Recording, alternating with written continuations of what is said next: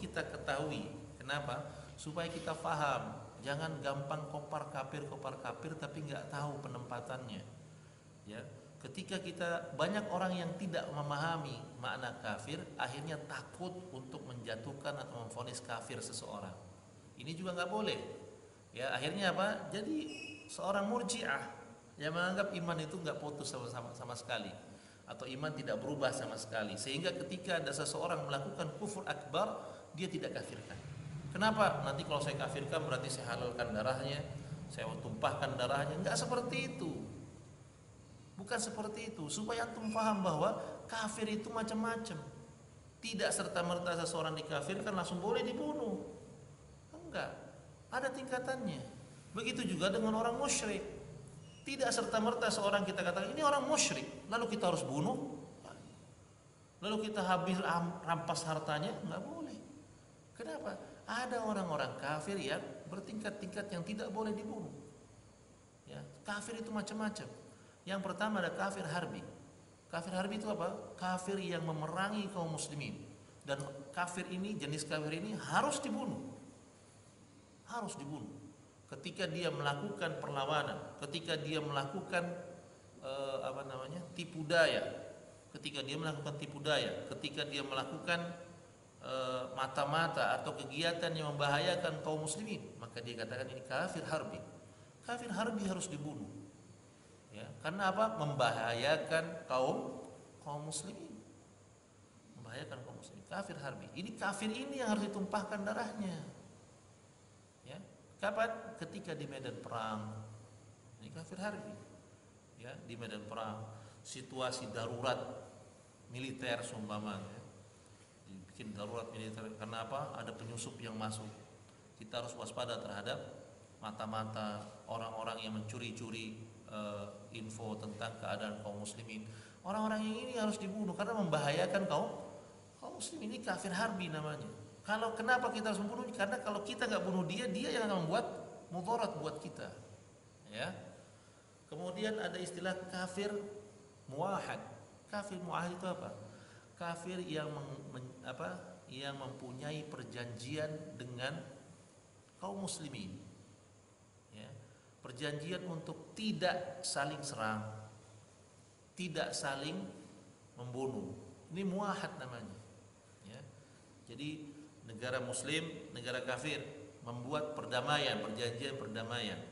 Nah, setelah menjadi perdamaian, maka negeri ini dikatakan orang kafirnya orang kafir muahad. Dalam perjanjian tidak boleh ditumpahkan. Kenapa? Al-muslimu ala syurutihim.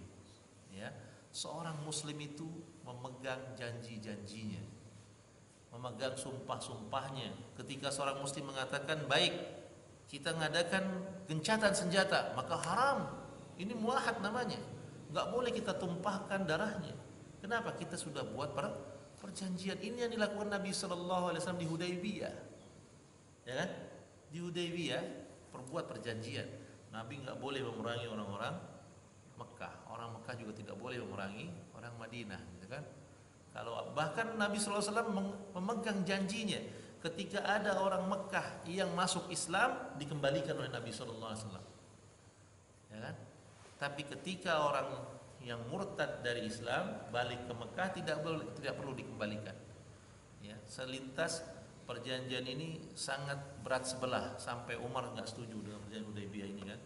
Enakan aja Rasulullah, kasihan saudara kita yang mau tobat kemudian dihalangi, mereka suruh balik lagi kepada mereka. Ya, kasihan mereka. Dan ketika kita dihianati oleh orang Madinah, mereka lari ke Mekah, mereka enggak dibalikan. Kata Nabi sallallahu alaihi wasallam, justru itu menguntungkan. Kita enggak perlu miara seorang pengkhianat, biarkan dia pulang ke tempatnya sana, ke teman-temannya, ya kan? Dan bagi seorang muslim yang mau pergi ke Madinah, biarkan. Kenapa? Boleh jadi yang disuruh keluar itu adalah mata-mata untuk mengawasi kaum muslimin. Kalaupun dia benar seorang muslim yang orang dari kafir masuk dalam Islam, kemudian dikembalikan ke sana, itu bagian dari ujian dia. Tidak ada ruginya seorang muslim dalam keadaan sedih maupun dalam keadaan bahagia. Dua-duanya bahagia, maka dikembalikan. Dan selama pegang perjanjian itu, Nabi sallallahu alaihi wasallam tidak memerangi orang-orang kafir musyrikin Mekah. Tidak. Nah, ini namanya muahad. Kemudian ada juga istilah kafir musta'man. Kafir musta'man itu apa? negeri kafir, negeri mukmin, dua-duanya bermusuhan. Dua-duanya bermusuhan. Ini negeri kafir harbi, ini negeri kaum muslimin. Negeri ya. Kemudian ada penduduk negeri kafir harbi yang ingin berjualan di negeri kaum muslimin. Ya. Ketika itu masuk ke negeri kaum muslimin, orang dari kafir harbi ini masuk ke negeri kaum muslimin, kemudian diberikan izin untuk masuk ke negeri. Siapa yang memberikan izin? Pemerintah. Kenapa? Ini orang mau dagang, ada kebutuhan kita di sana. Ya. Maka boleh dia masuk ke negeri kita. Nah, musta'man, masuk dia ke sini. Ini namanya kafir musta'man, walaupun dia dari negeri yang memusuhi Islam.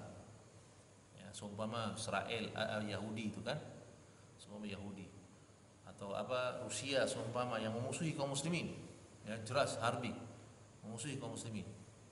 Yahudi lah gitu ya, seumpama ya negeri Yahudi. Kemudian ketika ada dutanya atau ada kafilah dagang yang ingin berjualan di Indonesia, kemudian negeri Indonesia mengatakan boleh dia berjualan di sini, musta'man, dia mendapat jaminan keamanan dari pemerintah, maka kafir jenis ini juga haram untuk ditumpahkan darahnya. Ya. Ini kafir apa? Musta'man, yang mendapatkan jaminan keamanan. Kemudian ada lagi yang berikutnya, yang keberapa? Yang keempat, terakhir ya. Yang keempat, kafir zimmi. Apa itu kafir zimmi? Kafir zimmi adalah kafir yang sebangsa dengan kita, tinggal di tanah air kita, ditinggal di tengah air kaum muslimin, kemudian dia membayar jizyah kepada pemerintah untuk tinggal di sekitar kita. Yang tetangga-tetangga kita ini, yang kafir, orang Bogor masuk Kristen semua gitu. Nah, ini zimmi namanya. Ya, ini zimmi.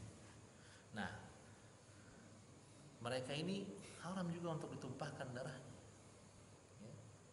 Kata Nabi sallallahu alaihi wasallam, "Man adza zimmiyan faqad azani, wa man adani faqad adallah."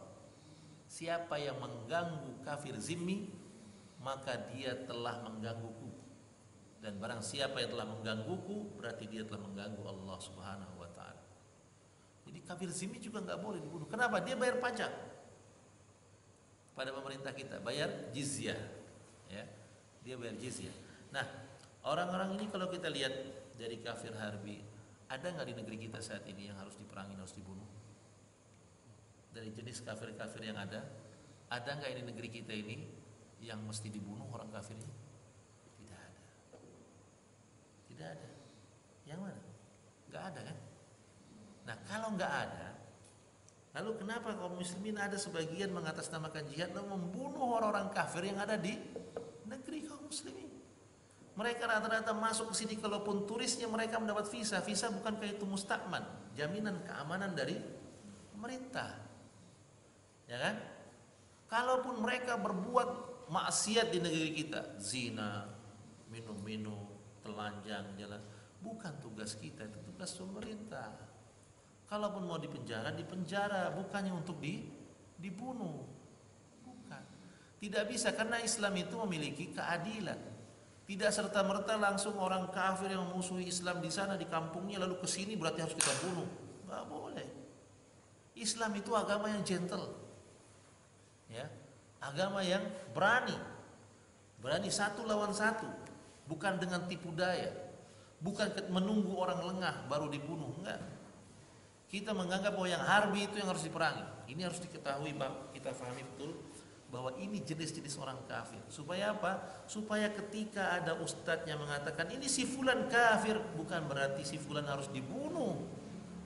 Bukan. Ya. Kalau ada yang katakan ini si fulan batal syahadatnya, lalu pegang kita bunuh, enggak? Bukan begitu. Bukan, ya. Atau ketika kita katakan penyembah kubur hukumnya musyrik, bukan berarti langsung kita halalkan darahnya, enggak. Ya. Kita lihat nggak ada saat ini. Lalu kenapa harus ada? Ini masalah hukum. Hukum itu harus ada kejelasan.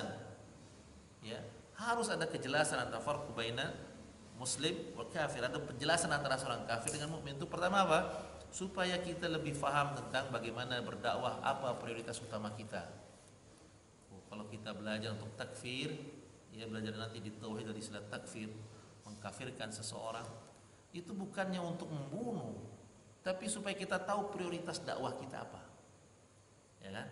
Karena ketika kita katakan dia kafir, tunjuk hidung kafir, ya, bukan berarti langsung harus kita musuhi, kita jauhi. Enggak, tapi kita dakwahi.